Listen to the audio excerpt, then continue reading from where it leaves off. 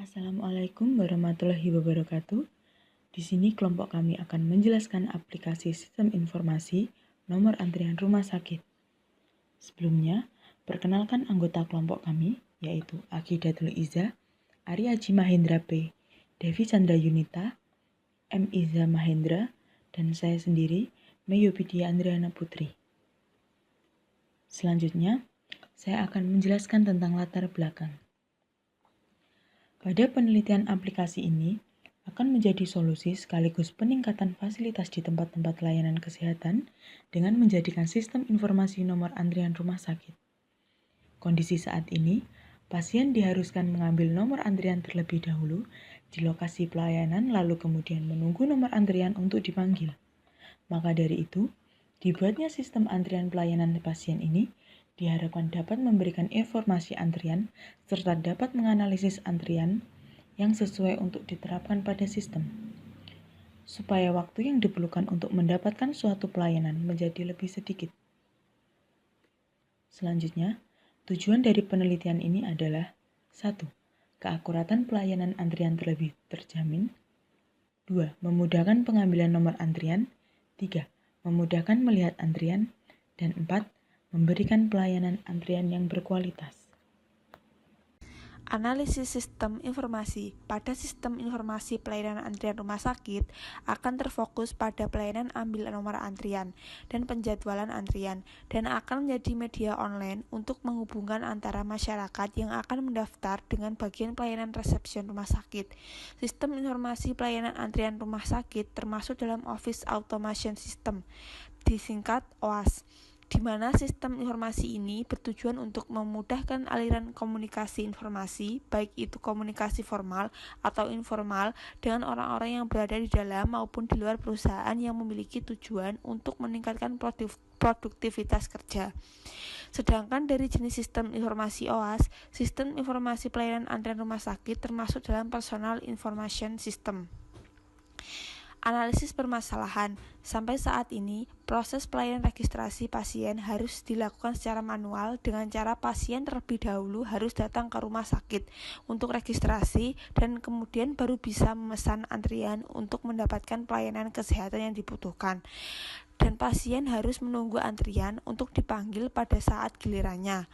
Dan di sisi lain, terkait kondisi pandemi saat ini, masyarakat diwajibkan untuk menerapkan physical distancing sebagai upaya pencegahan.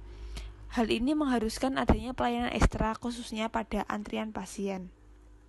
Faktor dalam sistem informasi. Nah, pada sistem informasi ini, di sini ada dua aktor, yaitu yang pertama pasien dan yang kedua admin.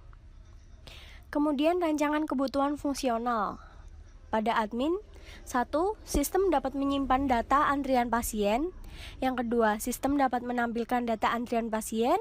Yang ketiga, sistem dapat memberikan pesan kepada user atau pendaftar. Sedangkan untuk yang user, pertama, sistem dapat menyediakan informasi pendaftaran antrian. Yang kedua, sistem dapat menyediakan forum input pendaftaran antrian. Yang ketiga, sistem dapat menyediakan bukti nomor antrian. Dan yang keempat, sistem dapat memberikan informasi ketika antrian sedang penuh. Selanjutnya adalah rancangan daftar proses aktor. Pada admin, dapat melihat daftar data antrian pasien, lalu dapat melakukan penambahan informasi terkait antrian kepada user, seperti informasi ketika antrian pasien penuh.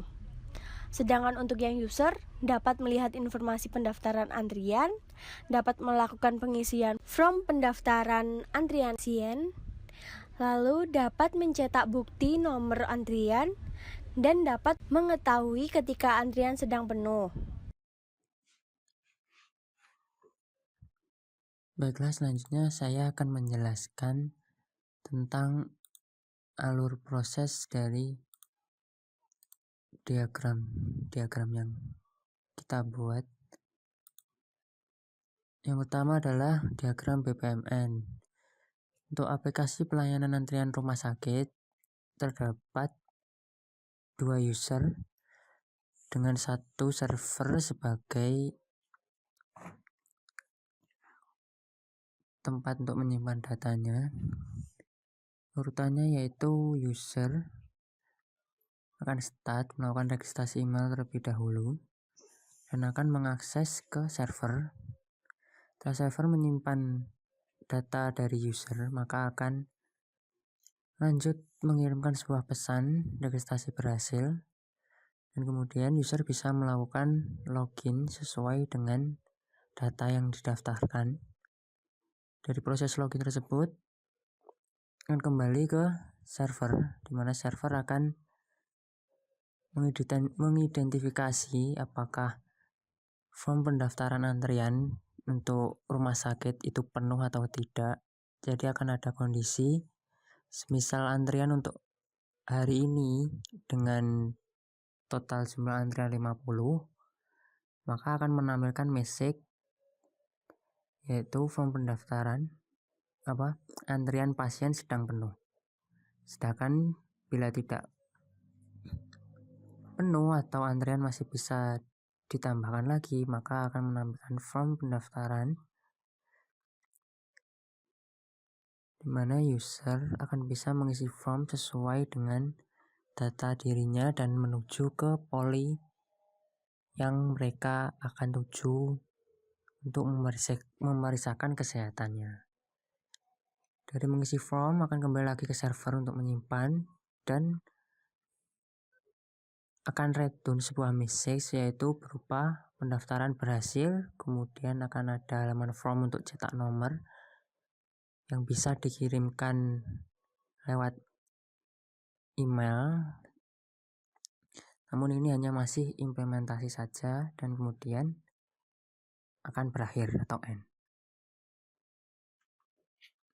Next, selanjutnya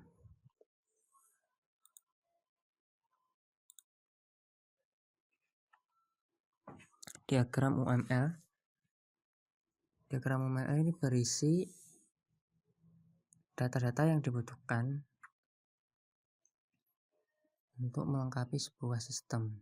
Contohnya seperti registrasi, maka membutuhkan nama lengkap, username, email, dan password. Kemudian login, ada username sama password. Kemudian datanya user, sama seperti yang diregistrasi, dan dia melakukan login, pendaftaran, dan cetak nomor antrian. Kemudian admin dengan data yang sama, dia bisa melakukan login, melihat daftar antrian, dan cetak daftar. Untuk halaman pendaftaran, ada tanggal daftar, NIK, nama lengkap, tanggal lahir, alamat, anamnesia, poli, dan nomor HP. Kemudian ada halaman daftar antrian yang bisa dicek oleh admin saja. Nomor antrian, NIK, tanggal, nama lengkap, tanggal lahir, alamat, anamnesia, nomor telepon, dan poli. Jadi ada daftar data-data yang dibutuhkan dalam sistem informasi antrian rumah sakit. Next, diagram yang terakhir adalah diagram DFD. Jadi alurnya jika disimpulkan seperti ini. Sistem informasi pelayanan nomor antrian rumah sakit, di mana user akan melakukan pendaftaran dengan hasil kembalinya yaitu nomor antrian. Kemudian admin dari sistem informasi akan mendapat laporan antrian dan kemudian bisa dicetak laporan antrian tersebut sebagai rekap dan akan dikirimkan ke bagian offline yaitu resepsionis untuk pelaksanaan pelayanan secara langsung kepada user.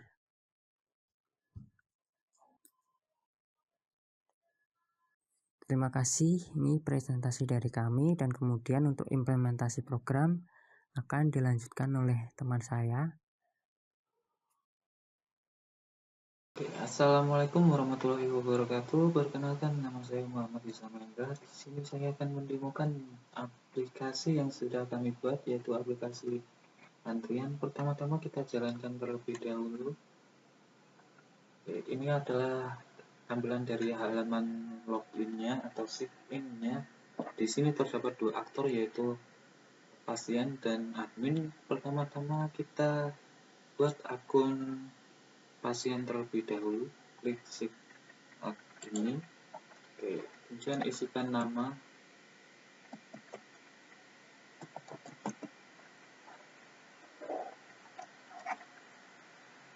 kemudian emailnya,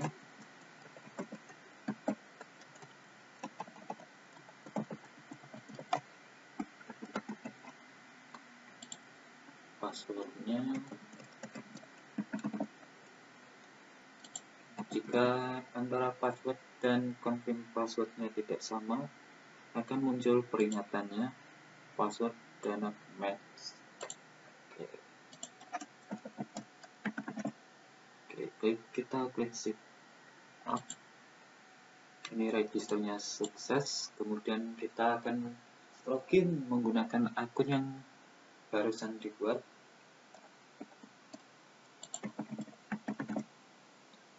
Sign in.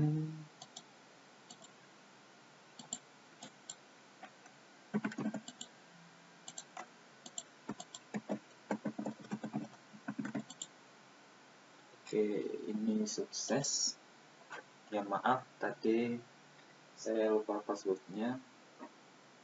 Oke, ini adalah tampilan dari halaman pendaftaran pasien. Pada bagian atas sendiri terdapat nomor antriannya. Kemudian di bawahnya ada nama, NIK, tempat tanggal lahir, umur, nomor handphone, kemudian jenis kelamin, kemudian ada politujuan, alamat pasien, kemudian anamnesia. Oke, kita isikan terlebih dahulu.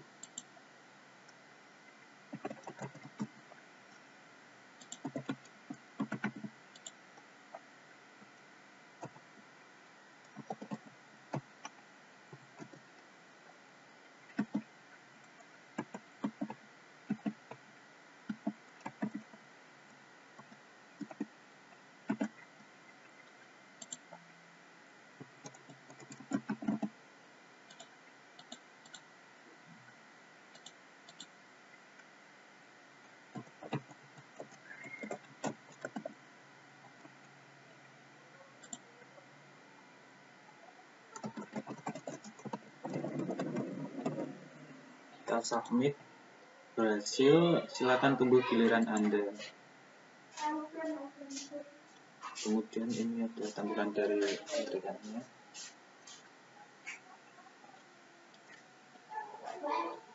Kemudian saya akan klik kirim emailnya, dan ini ada email akan segera dikirim ke email Anda.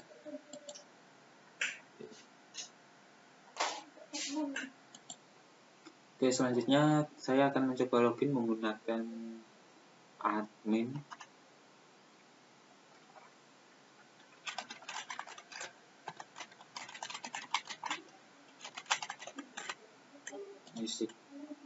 In berhasil, dan ini adalah tampilan dari data antrian atau pasien yang sudah menginputkan pendaftaran tadi. Di sini admin juga bisa mencetak laporan atau merekap laporannya. Kita klik cetak. Oke, cetak dokumen berhasil, dan ini adalah tampilannya. Nah, ini adalah hasilnya.